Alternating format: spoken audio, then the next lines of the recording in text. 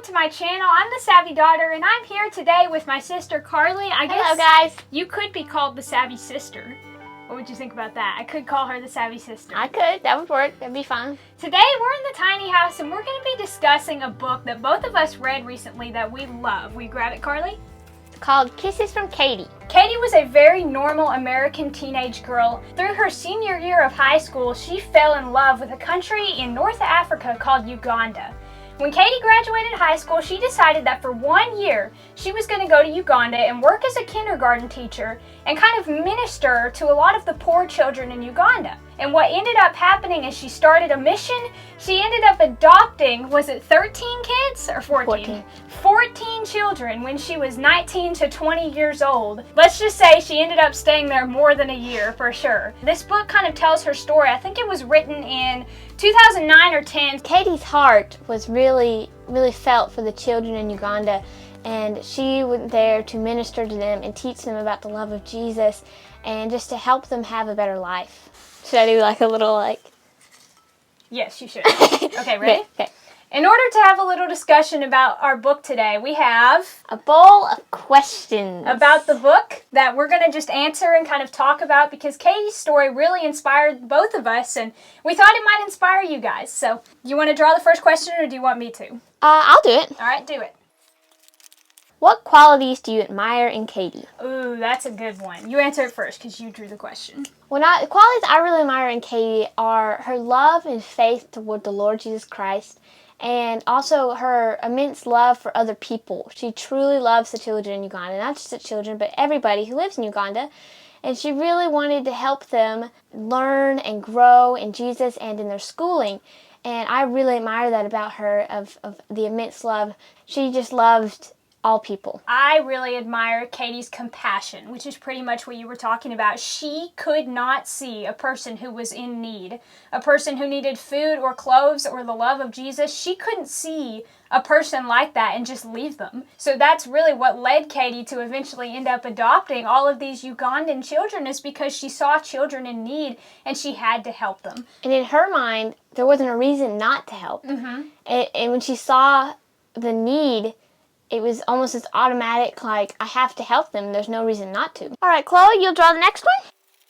What is your favorite story in the book about the people Katie meets, and how did this story touch you? Katie meets a lot of people in this book, a lot of people that needed help, some people that just loved the Lord and wanted to help her. I think one of the people that Katie met that stands out to me was there was this little girl in the hospital that Katie met, and she was suffering from malnutrition and disease. The doctors thought that the girl would probably die just because she was in such bad shape, and the girl was in a lot of pain. So Katie stayed at the hospital for a while and decided to pray over the girl.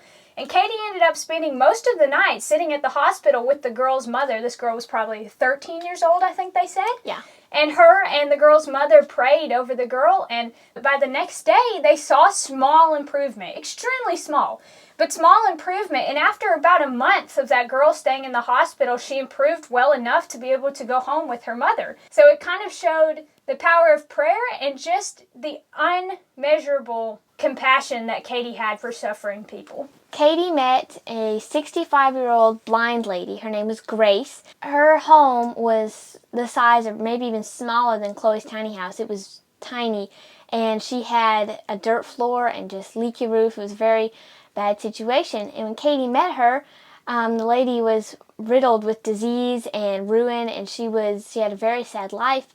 And her family, she had 4 children and a husband. They had all died from disease. Katie took her to the hospital and got her lots of medication, and she ended up visiting her once a week, bringing her some food, and Grace's neighbor would help her cook it and take care of her. Well, one day Katie went to her house, and her neighbor had moved away, and she just really needed some help. So Grace ended up moving into a little house next to where Katie lived so that she could take care of her. And after a couple months, Grace ended up dying, sadly, in the hospital. But she got so much joy out of what Katie gave to her, and it gave her something to think about and something to live for again. And meeting all of Katie's children. All 13 or 14 Katie's of children them loved her, and they called her Jaja Grace, which is grandmother in Uganda. So that was my favorite. Yeah. Carly, I think it's your turn to draw a question now. Okay. What did the Lord teach you through reading this novel? Okay, so I realized through reading this novel, I never really thought about it that much before, of how many people in this world who are actually hurting and how much that I actually have, even though a lot of times I'm always thinking about other things that I want. And it really helped me to see that there's a lot of pain and poverty in our world, especially in Uganda. Think about other people more than myself sometimes, and look at other people and see how their life is versus our lives. One of the things that Katie talked about in her book that kind of comes back to what you just said is how she talked about, you hear crazy statistics like there are 1 billion hungry children in the world. I just made that up. I'm not sure exactly what the statistic is, but there's X number of hungry people in the world, and there's X people who live below the poverty line and all of those things, and you can hear those numbers and you might feel sad about the numbers and it might seem crazy, but to Katie, she met all of these people who actually did live below the poverty line and who actually were hungry. So you can hear statistics about people who are suffering and just think, wow, that seems like a lot, but it's an entirely different thing when you get to know people who are suffering on a personal level, and that's what Katie did. So I guess you kind of always know that there are people out there who don't have as much as you do, especially people who do not live in America. Mm-hmm. But reading that book, it just got my mind on it and really thinking about all the people that actually are hurting, and it made me want to be aware of the people around me and help them if I possibly can. My turn to take a question. If you could ask the author one question about this book, what would it be? Since this book was written about 15 years ago, I would like to know what her 13 or 14 children are doing today. Like, how are they doing now? Because I'm sure a lot of them are grown up by now. And what is Katie doing? Is she still in Uganda, or what is she doing exactly? So that's probably what I would ask. What would you ask? I would really be curious about what called Katie to write a book. Because writing a book, at least in my mind, it's not just something you just decide one day. I'm going to write and publish a book. That's just I feel like I would like to ask her if there was something that made her want to write a book, or called her to write a book, or something that happened that just wanted her to write a book. She used to make blogs and about her life in Uganda when she first started, and when she first went to Uganda, she had a blog. It seems like she's always liked writing, so maybe that's why she wrote the book, but I would just really like to ask her. This is a good one. How can we be more like Katie in our own lives? Really paying attention to others around you. And there says several times in the Bible to love your neighbor as yourself. And when you really take that into account and use it out in the world and actually think about, how could I make that person stay better? To just be conscious of your neighbor and do something for them instead of doing something for yourself. As Christians, it is our goal to become like Christ. Katie really did exhibit some purely Christ-like characteristics. So I think Katie became like Christ, and so while we're trying to become like Katie, we also become like Christ. Last question, and it's mine. Ooh. Dun, dun, dun. This is actually a great one to end on. Okay. Would you be willing to give up your life dreams and become a missionary? Why or why not? I would have to say yes. I think I would be willing to give up my life dreams and become a missionary. My life dreams are what the Lord wants me to do. But my life dreams are going to change as I find out what He wants me to do.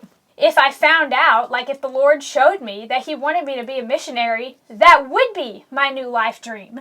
Because my dreams are what He wants them to be. At least the best that I possibly can make them. They are what He wants them to be.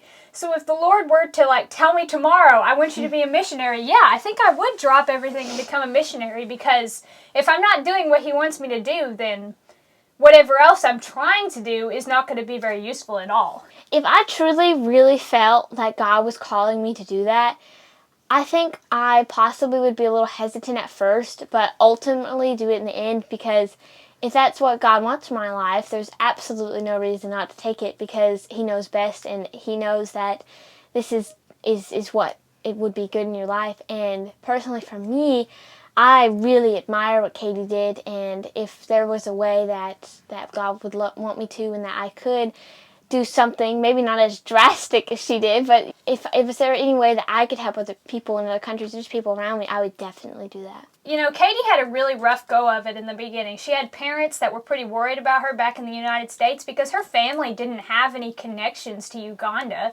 It was just a pure God thing that she fell in love with it. And in the beginning of her ministry, she didn't have any friends there. She didn't know anybody in Uganda. She was just winging it. So yes, it would be very difficult to do something like what Katie did, but I think I'd be willing to do it for the Lord.